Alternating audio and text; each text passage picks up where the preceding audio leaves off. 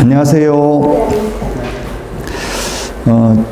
제가 마스크 벗고 한번 인사드리겠습니다. 나중에 되면 얼굴도 모를 텐데. 감사합니다. 이 코로나 때문에 계속 마스크 끼고 하니까 얼굴을 누군지도 몰라가지고 인사할 때만 마스크 잠깐 벗고 다시 마스크 끼겠습니다.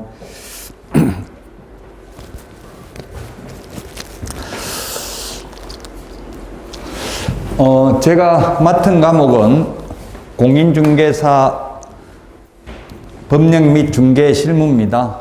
여러분들이 아마 어제 월요일부터 계속 수업을 들었기 때문에 중복되는 내용이 많이 있을 겁니다. 그래도 참아야 됩니다. 이게 합격하시려면은 학원 커리큘럼에 따라서 1년간 수업 들으면 90% 이상은 합격합니다.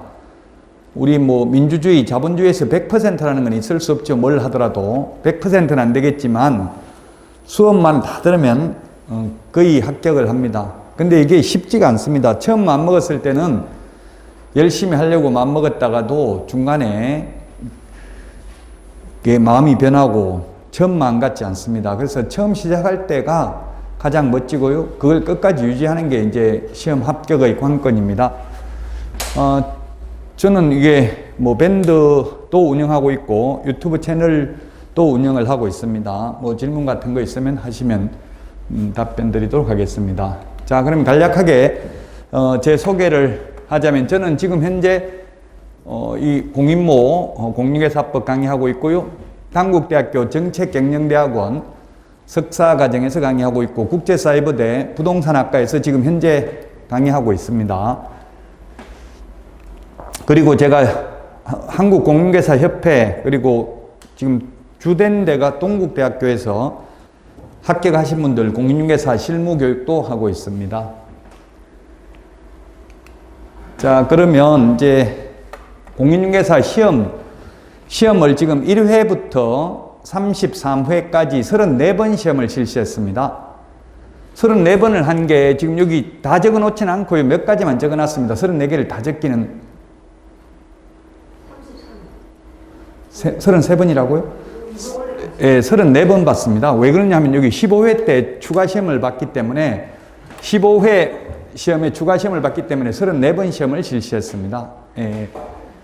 자, 1회 시험을 1985년 9월 22일 날 1회 시험을 실시했습니다.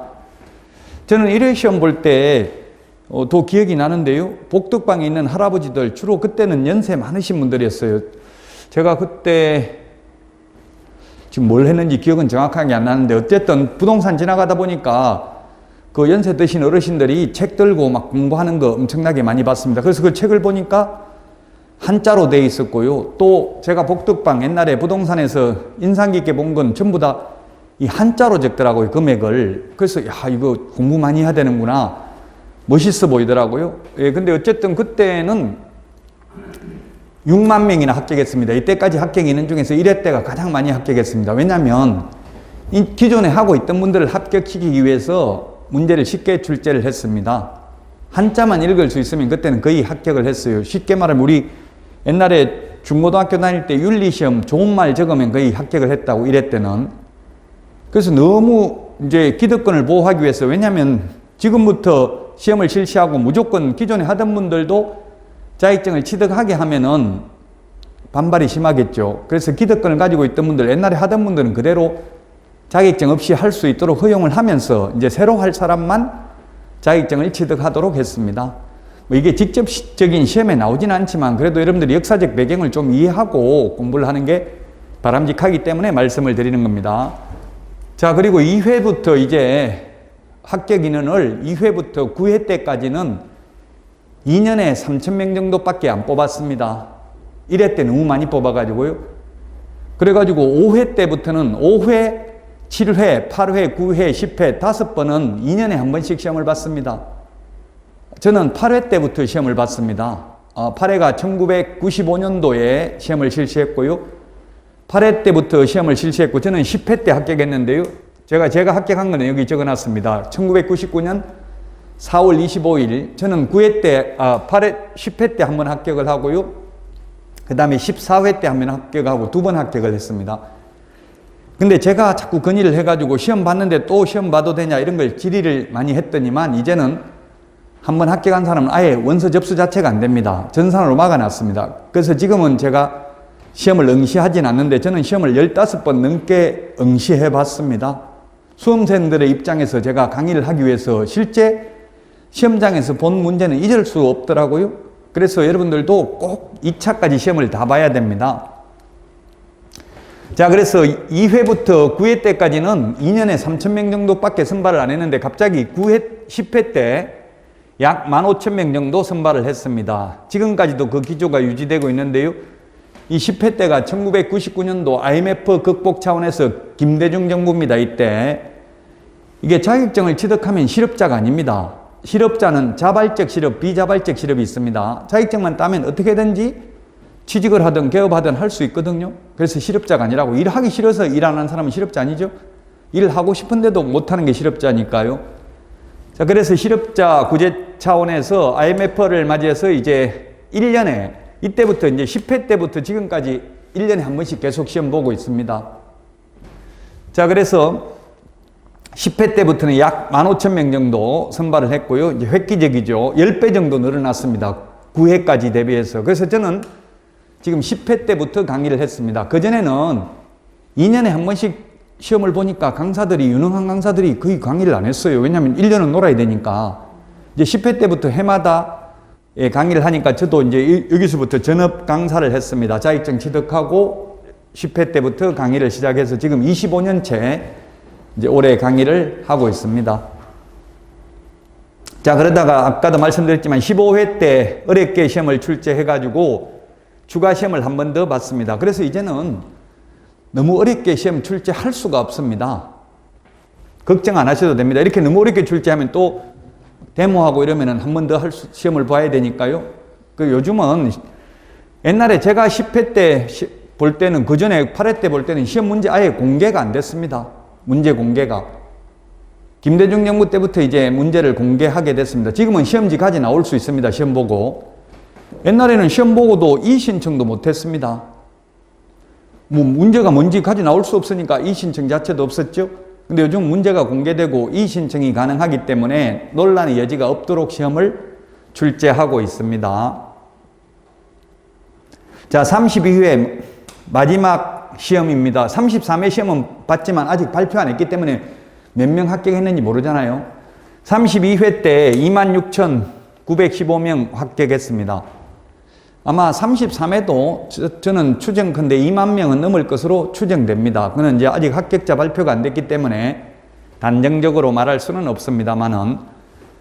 자, 계략적으로 시험 현황이 이렇게 되어 있고요. 자, 그러면 32회, 지금 마지막으로 그 합격 인원이 발표된 게 32회죠. 33회는 시험만 보고 아직 발표가 안 됐으니까요. 예, 32회 때 보면은 이게 합격 인원이고요. 빨간 게 응시 인원, 파란 게 접수 인원인데요. 원서 접수는 40만 명 정도 접수를 해놓고 실제 시험 보러 가는 사람은 9만 명이 채 안 됩니다. 그리고 원서 접수 인원이 40만 명이라고 하면 그게 1차, 2차를 동시에 응시하면 2명으로 잡힙니다. 그래서 실제로는 한 26만 명 정도 됩니다. 대략 40만 명 정도 된다고 되어 있지만, 자, 그래서 26,915명이 합격했습니다. 2차 시험에. 여러분들도 지금 합격률은 거의 30%입니다. 30%. 응시자 대비로 보면, 응시자 대비를 본다면 30%, 2차 시험, 1차 시험 합격률 29% 이렇게 나와 있네요. 요즘 보면 출제 경향을 보면 1차는 대체로 쉽게 내고 2차를 조금 한 과목을 어렵게 냅니다. 전 과목 다 어렵게 내는 게 아니고 추세가. 그래서 충분히 여러분들이 1년 동안 수업만 들으면 충분히 합격하실 수 있습니다. 26,000명 정도 합격했다. 32회 시험을 보면. 자, 그러면 33회 시험입니다.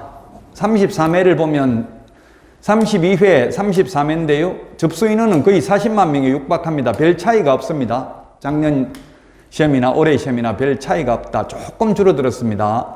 거의 뭐 1,800명 정도 줄어들었습니다. 근데 실제 시험 접수 인원은 이게 약 40만 명이라고 되어 있지만 실제 접수 인원은 27만 1,898명밖에 안 된다는 이야기입니다. 아까도 말했지만 왜 그러냐면 1, 2차 동시에 접수하면 2명으로 잡히기 때문에 그렇다는 이야기입니다. 자, 접수 연령대를 보면 가장 많은 연령대가 40대입니다. 40대가 가장 많고요. 그 다음에 30대, 50대, 이렇게 20대가 많고요. 그 다음에 60대입니다. 옛날에는 전부 나이 많으신 분들, 연세 많은 어르신들이 주로 응시한다라고 알려져 있었지만 지금은 연령이 많이 낮아졌죠? 주된 연령이 40대입니다. 지금 현업에 가셔도 중개업에 종사하는 분들이 40대가 가장 많습니다. 40대가 응시년도 최고 많다는 걸 보면 알 수 있습니다. 자, 성별 접수 인원을 보면 남성, 여성 비율이 지금 거의 비슷합니다. 남성이나 여성이나. 남성이 약간 많습니다. 조금 남자분이 더 많죠. 이게 남자분인데 남자분이 조금 많습니다. 근데 실제 합격 인원은 여자분이 조금 더 많습니다. 그러면 합격률은 여자분이 좀 더 높다고 봐야 되겠죠? 모든 시험은 뭐 옛날 지금 사법고시는 없어졌지만 사법고시를 포함해서 모든 시험이 여자분들이 조금 더 성적이 우수한 분들이 많더라고요. 제가 볼 때 왜 그럴까? 뭐 여자분이 처음부터 머리가 좋을까 이런 고민은 해봤는데 제가 볼 때는 이게 합격하려면 영혼이 순수해야 됩니다. 강사가 말하는 그대로 그냥 공부해야 됩니다. 오히려 현업에 종사하는 분들은 합격률이 낮습니다. 왜냐하면 대충 현업에 종사하시는 분들은 이미 대충 알고 있잖아요. 보조원으로 근무하고 있으면.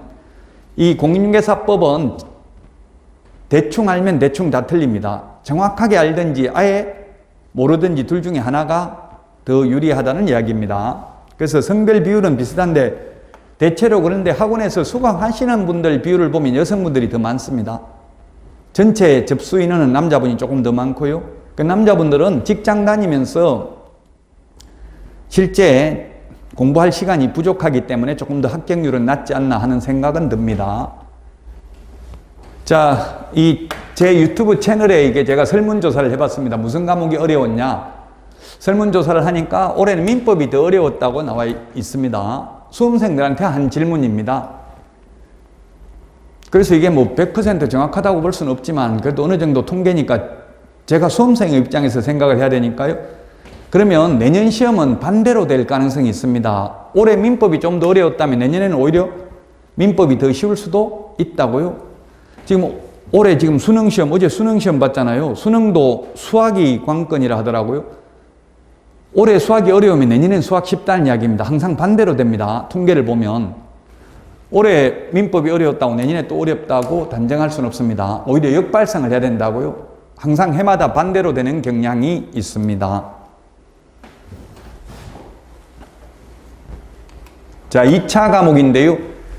2차 과목은 작년에 공인중개사법이 가장 어려웠다고 나왔습니다. 통계가.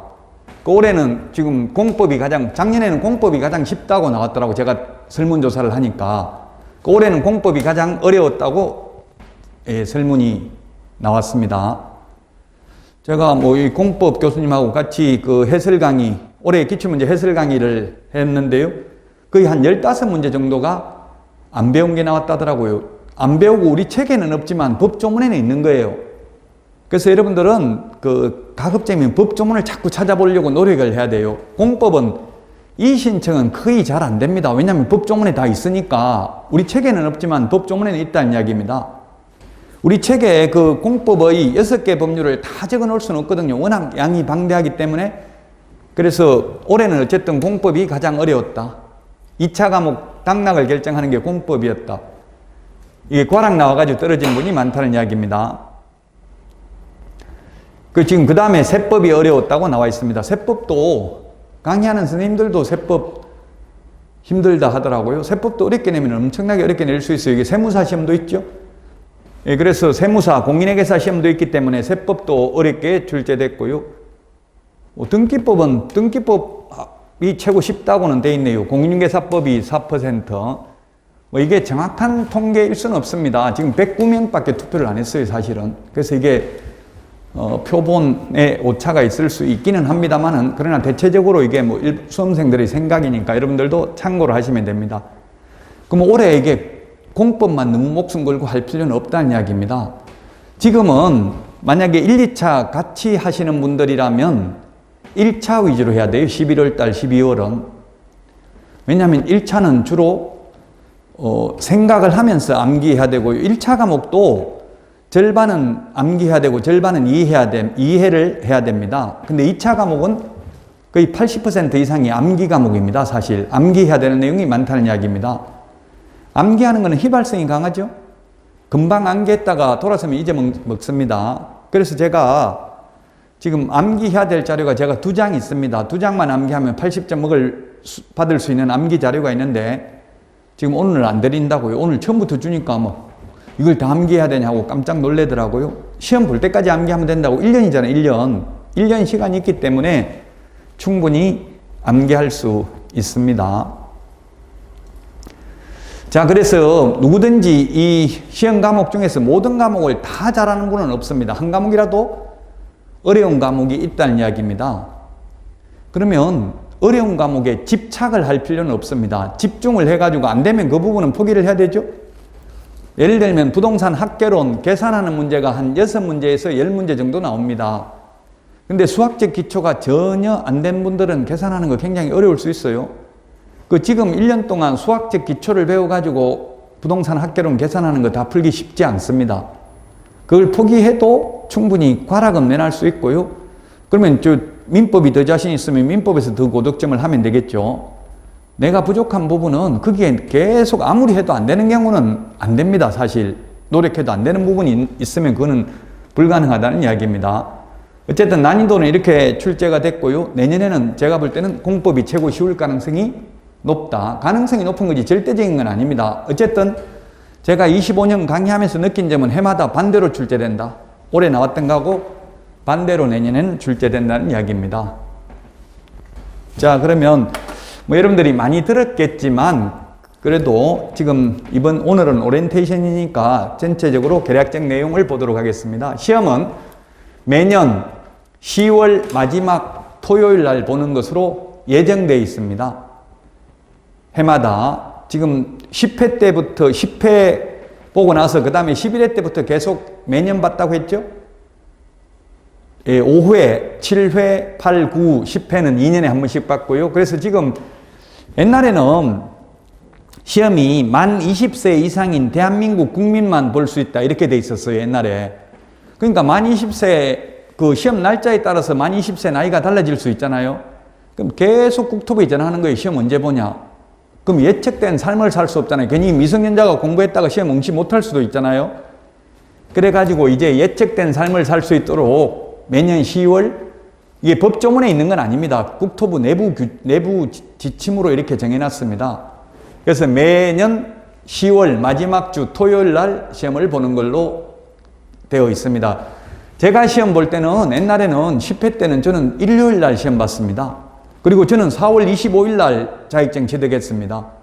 옛날엔 4월 달에 보다가 9월 달에 보다가 10월 달에 보다가 자꾸 달라지고 이러니까 사람들이 불안해가지고 자꾸 전화 오는 거예요. 시험 언제 보냐. 미리 알려주지도 않았어요. 옛날에는 2개월 전에 시험 언제 보는지 발표를 했다고요. 그러니까 예측된 삶을 살 수 없죠. 그래서 지금은 언제 보는지 미리 정해놓고요. 최소한 지금 산업인력공단에 보면은 조금 있으면은 내년 시험 일정이 다 나옵니다. 법으로는 2월 말까지, 내년 2월 말까지 계략적 사항을 공고하도록 되어 있습니다. 언제 시험 보는지. 자, 그래서 지금은 토요일 날 본다. 옛날에는 일요일이었는데 종교활동 이런 것 때문에 이제 전부 토요일로 바뀌었습니다. 자, 그 다음에 응시 자격입니다. 모두 다, 이거는 시험에도 나올, 응시 자격 요거는 우리 시험 범위에도 들어갑니다. 시험에도 출제될 수 있는 파트입니다. 미성년자, 외국인 볼 수 있습니다. 수형자가 뭐냐면 받을 숫자, 형을 받는 자니까 교도소 수감된 사람입니다. 교도소에서도 시험 볼 수 있습니다. 피성년 후견인, 피라는 게 이게 뭐냐면은 피성년 후견인, 이거는 시험 범위에도 들어가니까 피성년 후견인 할 때 피는 가죽 피자, 오더이자, 가죽에다 옷을 입힌다, 보호한다 이런 뜻이죠. 그래서 성년, 후견인, 뒤에서 보살펴주는 사람, 성년으로서 뒤에서 보살펴주는 사람, 비성년 후견인은 보살핌을 받아야 되는 사람. 옛날에는 금치산자라고 했습니다. 쉽게 말하면 정신 나간 사람, 치매 환자 이런 거는 피한정 후견이죠. 치매는 오락가락 하잖아요. 정신이 나갔다 돌아왔다 하죠. 그는 한정적으로 보살핌을 받아야 되는 사람입니다. 어쨌든 피성년 후견인, 피한정 후견인 다 시험 볼 수 있다는 이야기입니다. 파산 선고 받아도 신용불량자도 시험 볼 수 있습니다. 시험 다 볼 수 있고요. 응시 불가능한 사유, 여기에 지금 여러분들 해당되면 공부할 필요 없죠.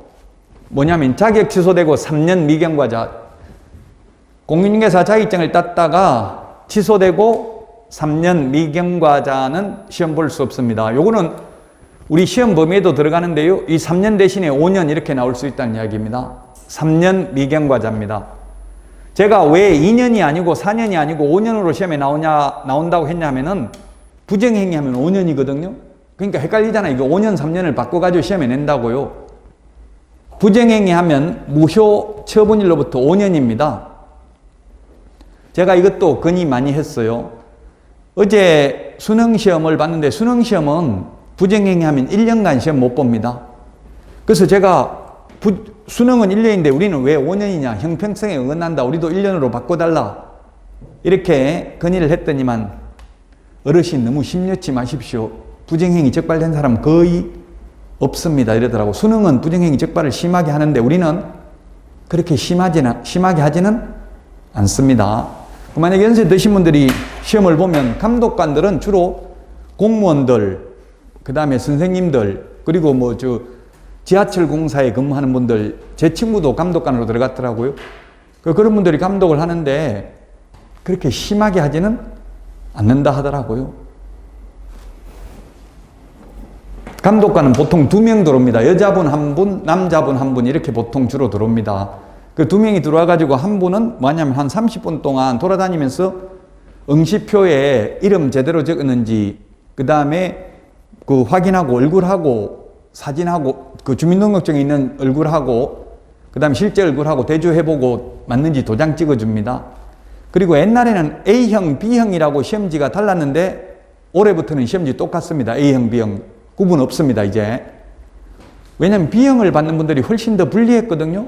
A형은 처음부터 배운 순서대로 문제가 되어 있는데 B형은 반대로 되어 있다고요. B형은 40문제가 출제되는데 40문제 중에서 10문제가 A형하고 달랐습니다. 옛날에는 이제 컨닝 못하게, 부정행위 못하도록 그렇게 다르게 냈는데 또 형평성에 어긋난다, B형을 받는 분들이 훨씬 더 불리했습니다. 그래서 이제는 아예 A형, B형 없이 문제 똑같습니다. 컨닝 하려면 바로 옆에 분 보고 컨닝 해도 됩니다. 근데 실제 시험장에 가서 컨닝 할 수 있어요, 없어요? 할 수는 있어요. 보고 할 수는 있는데 그 옆에 분이 나보다 공부 잘하는지 못하는지 알 수 없기 때문에 컨닝을 못합니다.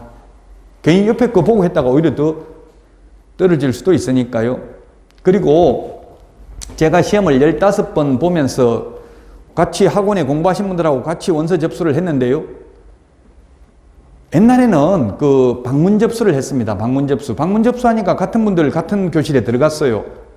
그러다 보니까 저도 이제 시험을 보면서 느낀 건데 감독관이 끝났습니다, 빨리 제출하세요 하는데도 제출 안 하고 계속 시험 보고 있는 거예요. 그러니까 막 다른 분들이 좀 봐주세요 하고 막 전부 단체로 이러니까 통제하기가 쉽지 않은 거예요. 다 아는 사람들끼리 들어오니까. 그래서 이제는 아예 방문 접수 안 받습니다. 큐넷에서 컴퓨터로 인터넷으로만 접수를 받습니다. 그래가지고 인터넷으로 섞어버립니다. A, B가 같이 접수를 해도 절대로 같이 앉아서 시험 못 본다고요. 그리고 인터넷으로 접수하고 나서 제가 시험을 봤는데 한 번도 옆에 아는 사람 앉은 적이 없어요. 다 섞어버리니까. 그 친한 사람끼리 같이 접수한다고 같이 시험 볼 수 있는 거 절대로 아닙니다. 그래서 컨닝 할 수도 없다는 이야기입니다. 꼭 컨닝을 하면 안 되지만 만약에 하려면은 자기가 컨닝 페이퍼 만들어가지고 자기가 보는 거는 가능할 수도 있어요. 근데 그렇게 컨닝 하려고 마음먹고 컨닝 페이퍼 만들어가지고 열심히 암기하면 컨닝 안 해도 다 그게 기억이 나요. 앞머리 글자 암기가 된다고요. 그래, 컨닝 할 각오로 컨닝 페이퍼는 준비는 하는 게 좋아요. 실제로 못 하더라도. 근데 계속 그걸 암기하면 실제로 시험지 받아가지고 오탈자 있는지 확인해 보라고 감독관이 합니다. 한 10분 정도 미리 줍니다. 그리고 나서 눈 꼭 감고 있으세요 이렇게 해요. 그러면 그 착한 사람은 또 눈 꼭 감고 있다 뜨면 잘 보이지도 않아요. 갑자기 뜨면은 눈 꼭 감을 필요 없어요. 그냥 오히려 몇 문제 풀어야 돼요. 사실은 그 눈으로 보고. 시간이 부족하니까 1차는 시험이 시간이 그렇게 남지 않아요. 2차 과목은 시간 많이 남습니다.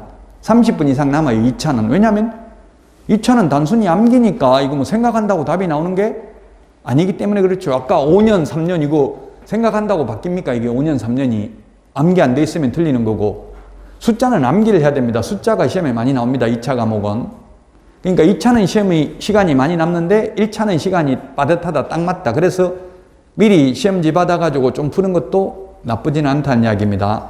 그리고 암기 컨닝하려고 페이퍼 만들었으면 그거 다 앞머리 글자는 다 암기했기 때문에 시험지 받자마자 바로 일단 앞머리 글자 앞대가리만 적어 놓으면 돼요. 무슨 대가리인지는 나중에 천천히 풀면서 생각해 보면 된다고요. 왜냐하면 시험에 자주는 안 나오는데 한 번씩 나오는데 암기해야 되는 부분이 있어요. 모든 과목이. 그래서 컨닝 페이퍼를 저는 한 장에다가 A4 용지 한 장에다 시험 보면서 전 과목 다 아니면 1차 하나, 2차 하나 해가지고 딱 접어가지고 만들었어요. 조그맣게 손에 이렇게 접어서 볼 수 있도록. 컨닝 하는 게 아니라 그만큼 미리 시험 시작하기 전에 암기를 하니까 다 기억이 나더라고요. 앞머리 글자. 그럼 빨리 시험지 받자마자 잊어먹기 전에 그걸 적어 놓는 거예요. 앞대가리만. 적어 놨다가 나중에 무슨 대가리인지는 천천히 시험 나오면 생각을 해보니까 훨씬 더 도움이 되더라고요.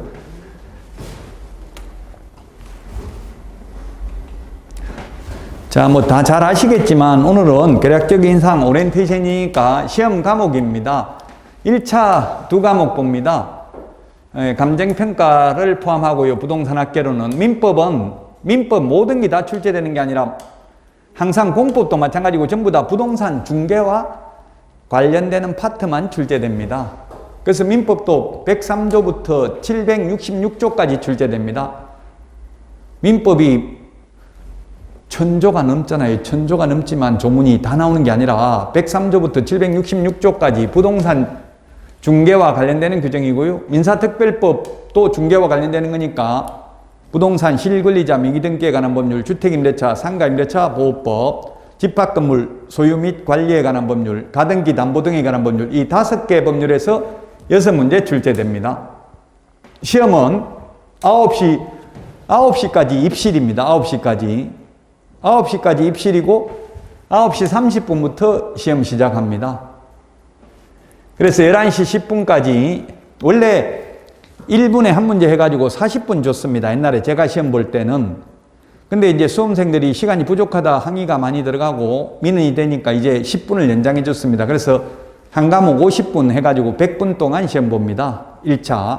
두 과목 100분 동안 보고요. 옛날에는 화장실 갈 수 있었습니다. 지금 못 갑니다. 왜 못 가냐면 화장실 가니까 옛날에 화장실 가도 되니까 컨닝 페이퍼 가져가가지고 화장실 가서 안에 들어가서 보고 나와가지고 또 적고 화장실을 뭐 10번씩 가는 거예요. 계속. 그래서 이래가지고 안 되겠다 해서 지금은 화장실 못 갑니다. 그러면 어떻게 하냐. 진짜 뭐 도저히 못 참겠다 하면은 그 포기각서나 이런 거 적고 한번 나가면 못 들어오는, 다시는 못 들어옵니다. 그럼 시험 다 풀고 나서 나가면 돼요. 그러면 안 들어오고 나중에 시험 끝나고 나서 들어오면 되기는 해요. 꼭 급해서 나가려면은. 어쨌든 한번 나가면 다시 들어와서 시험 볼 수는 없다. 이제 공정한 사회를 만들기 위해서 이렇게 된 거죠. 그래서 이제 1차 보고 나면 1시간 50분 쉽니다. 1시간 50분 쉬었다가 점심시간이죠. 오후에 1시부터 이제 2차 과목을 봅니다. 1시간 50분 동안 쉴 때 제가 뭐 나쁘게 말하면 컨닝 페이퍼라고 했고 좋게 말하면 자기가 암기할 수 있는 거 한 장으로 정리해가지고 1시간 50분이면 충분히 다 볼 수 있죠. 저는 암기 프린트 2장이 있어요. 그 2장 보시면 돼요. 1시간 50분 동안 2차 과목 다 공부할 수 있다고요. 식사하러 밖에 나갈 수도 있습니다. 나갈 수도 있는데 안 나가는 게 좋겠죠. 나가가지고 싸워가지고 술 먹고 싸워가지고 2차 시험 안 보고 집에 간 사람 많아요. 또 제가 아는 분은 같이 아는 사람을 만났어. 점심시간에 밥 먹다가. 그래서 시험 잘 봤냐 물으니까 못 봤다 이렇게 한 거예요. 우리나라 사람은 약간 겸손하게 말하는 게 있죠. 잘했다고 하면 재수없다고 할까봐 아니 못 봤는데요 하니까 못 봤으면 집에 가자. 어차피 1차 떨어졌으면 2차 봐도 소용없잖아 하고 가자고 한 거예요. 집에 가서 채점해 보니까 70점으로 합격했어요. 그러니까 끝까지 시험장 2차 시험 나올 때까지 최선을 다하셔야 됩니다. 자, 2차는 2차 1교시가 있고 2교시가 있고 구분되어 있습니다. 원래는 이게 사실은 점심시간 없이 1, 2차 그냥 오전에 다 끝냈었습니다. 옛날에 2시에 다 끝냈어요. 옛날에는. 근데 지금 화장실도 못 가게 하고 만약 세 과목을 다 보게 되면은 세 과목을 옛날에 다 보다 보니까 국가인권위원회에 진정이 제기됐습니다. 여자분들이. 화장실도 못 가게 인권 침해 당했다. 이렇게 해가지고 그걸 받아들여가지고 이제 2차를 세 과목인데 1교시, 2교시로 분리를 했습니다. 그 대신에 이제 시험을 늦게 끝나죠. 4시 20분에 끝납니다. 옛날에 2시에 끝나던 게 분리를 했고요. 2차 1교시가 공인중개사법, 그 다음에 공법입니다. 만약에 이게 시험을 볼 때 1차도 마찬가지고요. 민법이 먼저 돼 있는 거, 자신 있는 과목부터 시험 보는 게 좋아요. 자신 공부 잘 돼 있고, 민법하고 학개론 둘 다 잘하는 사람은 잘 없어요. 둘 중에 하나 더 자신 있는 과목이 있다고. 법 전공하신 분들은 민법이 쉬울 것이고, 경제학이나 뭐 이런 걸 전공하신 분들은, 수학이나 전공하신 분들은 또 부동산 학개론이 쉬울 수 있겠죠. 그 쉬운 과목, 자신 있는 과목부터 먼저 풀면 됩니다. 시험에는 부동산 학개론이 먼저 나와 있어요. 시험지를 받아보면. 그 시험지를 받아보니까 이게 호치게 써가지고 스탬플을 가지고 집어가지고 하는 게 좋겠더라고. 저도 시험 봤는데 이게 뭐 잘못하다 보니까 시험지가 땅에 떨어졌어요. 다 흩어지고 나니까 그 뭐 몇 페이지가 어디 있는지 찾기가 굉장히 힘들더라고요. 시험지가 어떻게 돼 있냐면은 뭐 시험 보신 분도 계시겠지만 비포 용지로 이렇게 가운데에 접도록 돼 있다고 이게 여기 이런 식으로 돼 있어요. 그럼 여기 문제가 있고 이게 10번까지 있고 바로 여기 11번이 아니고 이런 식으로 돼 있는 게 아니에요. 여러 장이 이렇게 반 접도록 돼 있으니까 이게 중간에 홀찌께서는 스탬플러로 집어가지고 하는 게 좋다는 이야기입니다. 시험 볼 때. 한번 흩어지면은 이게 찾기가 힘들더라고요. 몇 페이지가 어디에 있는지 막 한 5분 시간 까먹었어요. 저도 이거 찾는다고 밑에 떨어뜨려가지고 다시 정리하는데.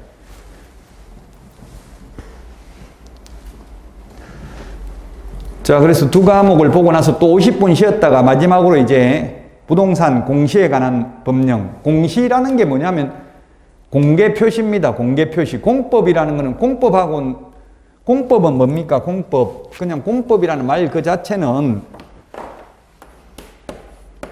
공적인 관계를 규율하는 법입니다. 사법에 대비되는 개념이죠. 사법. 사법은 개인 사생활을 규율하는 법이 사법이고요. 그래서 민법이 대표적인 사법이죠. 개인 사생활. 그러면 공법, 민법 중에서 공법, 사법 중에서 뭐가 더 어렵겠어요? 사법이 훨씬 더 어렵습니다. 왜? 사생활이 더 복잡하잖아요. 옛날에 서울대학교, 경북대학교 이런 데는 제가 학교 다닐 때는 공법학과, 사법학과 따로 있었습니다. 지금은 뭐 학부가 없어졌지만 서울대학교 같은 데 법학과라는 게 없어졌죠. 로스쿨 생기면서. 왜냐하면 사생활은 복잡합니다. 민법이 더 어렵다는 이야기입니다. 공법보다는 공부할 분량도 더 많고요. 공법은 공적인 관계니까 처음에는 어려운 것 같지만 공적인 관계는 다 법조문대로 나온다는 이야기 판례가 거의 없어요. 근데 사생활은 일반 개인 사생활을 전부 다 법조문으로 규율할 수는 없죠. 그래서 판례가 다툼이 있으면 판례의함 이런 게 30문제 이상 나온다고요. 그래서 사법인 민법이 훨씬 더 어렵다. 대체적으로 수험생들이 이야기하는 게 그렇다는 이야기입니다.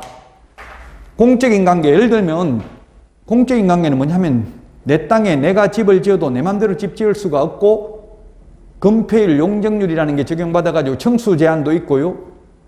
만약에 100평이라고 100평에 다 땅 지을 수 있는 게 아니에요. 건폐율이 50%면 반밖에 못 짓는다는 이야기, 공터를 남겨둬야 돼요. 공법은 예를 들면 내 땅이라도 거기 뭐 도로 낸다, 아니면 뭐 지금 3기 신도시 만든다 이렇게 하면은 나는 절대 신도시 반대다 해도 강제로 수용당하죠? 그게 공법입니다. 공공복리를 위해서 개인의 사유재산을 침해할 수 있는 게 공법입니다. 사건을 제한할 수 있는 게 공법입니다. 자, 공법을 보고 그 다음에 공시법이라는 게 뭐냐면 공시라는 말은 공적인 장부에 공개 표시하는 게 공시입니다. 공시법입니다. 그래서 우리 등기사항증명서 등기부에 공개 표시되는 게 등기법이고요. 그 다음에 지적공부에 공개 표시되는 게 지적법, 공간정보 구축 및 관리 등에 관한 법률입니다. 그래서 여러분들이 처음 공부하면서 이런 걸 수업 들을 때 직접 한번 공부를 떼가지고 확인해 보는 게 도움이 많이 돼요. 눈으로 직접 보는 게. 등기 사항증명서가 어떻게 되어 있는지, 표제부, 갑구, 얼구가 어떻게 되어 있는지 직접 등기소에 가서, 직접 등기소에 갈 필요도 없죠. 요즘은 인터넷 등기소, 인터넷에서 다 발급이 가능하니까요. 인터넷에서 다 발급, 공법, 예를 들면 토지 이용계획 확인서 이런 거 인터넷으로 발급 다 가능합니다. 인터넷으로 검색해 보면. 정부 24에 들어가면 토지대장, 임야대장, 지적도, 임야도 이런 거 다 발급받을 수 있어요. 직접 발급받아가지고 눈으로 한번 보면서 공부를 하면 이해가 된다고요. 무조건 암기를 하지 말고 지금 여러분들은 처음에는 가급적이면 이해를 하려고 노력하면서 도저히 이해가 안 되면 암기를 하고 암기가 안 되면 이해를 하고 둘 중에 하다 보면 하나는 되거든요. 그 직접 공부를 눈으로 보는 게 도움이 많이 돼요. 떼보는 게 좋다. 자, 그 다음에 세법인데 세법도 모든 세법이 다 나오면 굉장히 어렵죠. 근데 세법은 모든 세법이 나오는 게 아니라 부동산 중개와 관련된 것만 나옵니다. 부가가치세 이런 게 시험에 안 나온다고요. 세금도 이런 거는 우리가 뭐 자격증을 꼭 따야 되겠지만 자격증 안 따더라도 세금 같은 거는 기본적으로 재테크를 하려고 하더라도 세법은 알아야 되죠. 세법은 가장 대표적인 게 뭡니까? 취득을 하면 내는 세금이 취득세, 취득을 해가지고 보유하면 내는 세금이 재산세, 재산을 많이 보유하면 내는 세금이 종합부동산세죠. 그리고 팔면 양도 차익이 생기면 내는 세금이 양도소득세죠.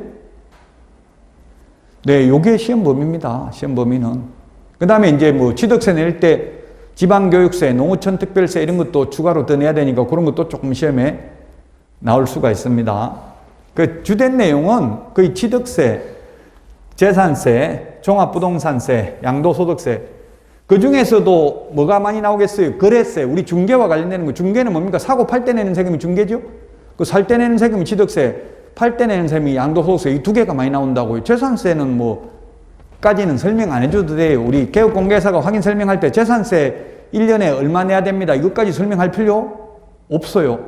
취득할 때 부담하는 세금만 설명하면 됩니다. 여기 보면 뭐라고 되어 있냐면 이게 산업인력공단에 있는 내용인데요. 답안 작성 시 법령이 필요한 경우에는 시험 시행일 현재 시행되고 있는 법령을 기준으로 작성하시오. 이렇게 되어 있죠. 시험 시행일 현재 시행되는 법률을 기준으로 답하라고요. 그럼 개정된 거 나올 수 있다는 이야기죠. 지금은 개정 안 됐지만 앞으로 개정될 예정인 것도 시험에 나올 수 있습니다. 세법 같은 거는 해마다 개정되잖아요. 해마다. 그래서 시험 시행일 현재 시행되는 법령을 기준으로 답하시면 된다. 자, 합격 기준입니다. 뭐 이건 다 잘 아시겠지만 1차든 2차든 지금 전부 다 60점, 평균 60점만 넘으면 되고요. 과락은 있으면 안 됩니다. 과락이 40점 밑으로 과락이죠. 40문제니까 40문제가 출제되니까 한 문제에 2.5점입니다. 2.5점. 그러면 100점인데요. 평균 60점 넘어야 됩니다. 40점 밑으로 과락이 있으면 안 됩니다. 그래서 한 과목이라도 과락 37.5점, 15문제 맞추면 37.5점이고요. 16문제 맞추면 40점이에요. 최소한 40점은 넘어야 돼, 모든 과목. 아무리 내가 모르고 어려운 과목이라 하더라도 학원 다니면 끝까지, 시험 볼 때까지 수업 들으면 절대 40점 밑으로 나오지는 않습니다. 아무리 어려운 과목이라도, 자신 없는 과목이라도. 그래서 40점 밑으로 과락 없이 평균 60점 이상이면 합격입니다. 그 다음에 1차 시험에 불합격한 자의 2차 시험에 대해서는 무효이다, 무효. 1차 불합격하고 2차 합격해도 소용없다. 근데 1차만 합격하고 2차 불합격하면 그 다음 회의 시험에서는 2차만 보면 되죠. 그래서 여러분들이 1차 위주로 예습 복습을 해야 된다. 일단 처음에는 1차 위주로 하다가 예습 복습은 수업은 다 들어야 됩니다. 그리고 2차는 막판에 이제 집중적으로 암기를 하고 수업은 계속 들으면 되겠죠. 자, 그러면 효율적으로 공부하는 방법이 어떻게, 만약에 2차 과목만 본다면, 예를 들면 공인중개사법 60점, 그 다음에 공법 60점, 공시세법 60점. 공시세법은 어떻게 나오냐면은 공시법이 등기법이 12문제, 공간정보 구축 및 관리 등에 관한 법률, 지적법이 12문제, 그 다음에 세법이 16문제 통상 이렇게 나옵니다. 이것도 질문 많이 하시는데 그러면 이게 다 합해서 40문제인데요. 그럼 만약에 등기법 빵점 받으면 과락이냐 묻는데 그건 아닙니다. 요 3개 과목 다 합해서 16문제만 맞추면 과락이 아니라고요. 등기법, 지적법 다 빵점 받고 세법 16개 다 맞춰도 과락은 아니라고요. 극단적으로. 그래서 공시세법은 과락 나오는 사람 한 명도 없습니다. 왜냐하면 과목이 여러 개면 여러 개일수록 변수가 줄어듭니다. 과목이 하나면 한 과목 못 보면 그냥 과락이잖아요. 과목 3개니까 한 과목 못 보더라도 나머지 2과목만 잘 보면 과락은 안 나오죠. 그래서 공시세법 이거는 80점 이상 고득점도 안 나오고 과락도 안 나오는 과목입니다. 왜냐하면 과목이 여러 개이기 때문에. 그래서 지금 이 공시세법은 보통 지금 다른 학원에서는 격주로 많이 합니다. 격주로. 왜냐하면 2개 합해서 40문제니까. 근데 지금 우리 학원은 매주 하죠? 공시세법 매주 합니다. 매주.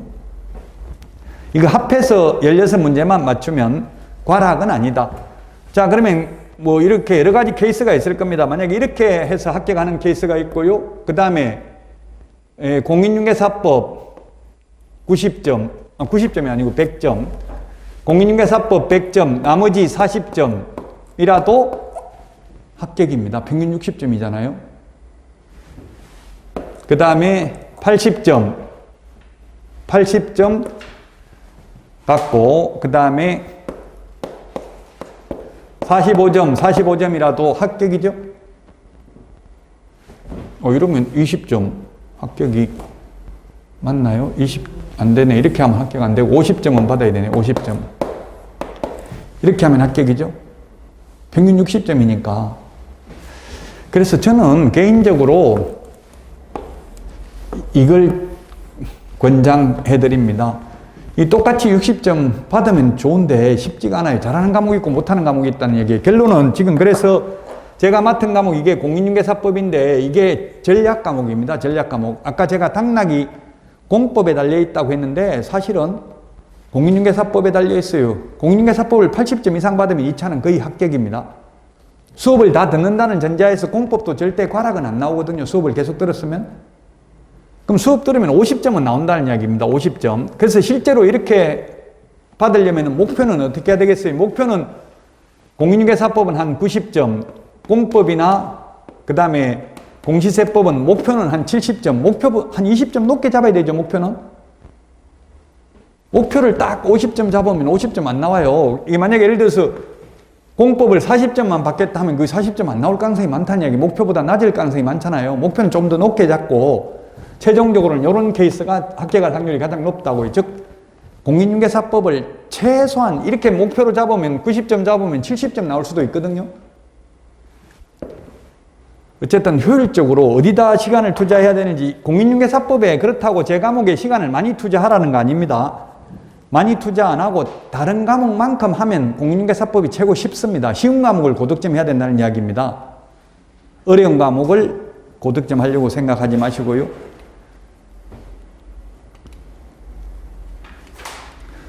자, 응시수수료 이거는 뭐 참고로 하고요. 옛날에 제가 시험 봤을 때는 5,000원 냈습니다. 시도이사가 시행할 때는. 근데 지금은 산업인력공단에 위탁이 돼가지고 1차 응시하는 거, 2차만 응시하는 거, 1, 2차 같이 응시하는 거 수수료가 다릅니다. 그러니까 여러분들은 꼭 2차까지 보시라고요. 설령 1차 위주로만 하더라도 응시는 한번 경험을 쌓는 거, 2차 그 수험생들하고 같이 시험 보는 분위기를 익히는 게 내년에 보더라도 도움이 많이 돼요. 그래서 뭐 응시 수수료 얼마 차이 안 나잖아요. 지금 돈 차이 그렇게 많이 나는 거 아니니까 꼭 2차까지 한번 응시를 하셔야 됩니다. 그리고 지금 공부하면 충분히 2차까지 합격할 수 있습니다. 벌써부터 뭐 1차만 하겠다. 그건 아주 바람직하지 않은 생각이라고 저는 생각이 됩니다. 자, 그 다음에 원서 접수는 오직 큐넷에서만 된다고 했죠. 아까 방문 접수 안 된다고 했죠. 인터넷으로만 접수를 합니다. 본인 사진 반드시 첨부해야 되고, 이 사진이 나중에 자격증에 그대로 붙어서 나옵니다. 이 사진이. 그러니까 사진 이쁜 거 붙이시라고요. 응시원서에. 그 대신에 너무 뽀샵을 해가지고 붙여놓으면 감독관이 와가지고 얼굴 한번 봤다가 사진 한번 봤다가 계속 앞에서 확인을 해요. 그러면 그것도 신경 쓰이죠? 자, 그 다음에 자격증 발급은 주민등록상 주소지 시도이사 명의로 교부됩니다. 그 응시원서에 주소를 2개를 적어요. 주민등록상 주소, 실제 거주하는 주소 이렇게 2군데를 적는다고요. 그러면 주민등록상 주소를 기재하면 그 기재된 시도지사 명의로 자격증이 교부되고요. 만약에 주민등록을 옮기게 되면 큐넷에 들어가 가지고 그 주소, 나이 정보에서 주소를 바꾸면 바뀐 주소 10월 말에 시험을 보니까 11월 초까지 한 11월 10일 정도까지 주소를 변경하면 변경된 주소지 시도지사 명의로 자격증 교부됩니다.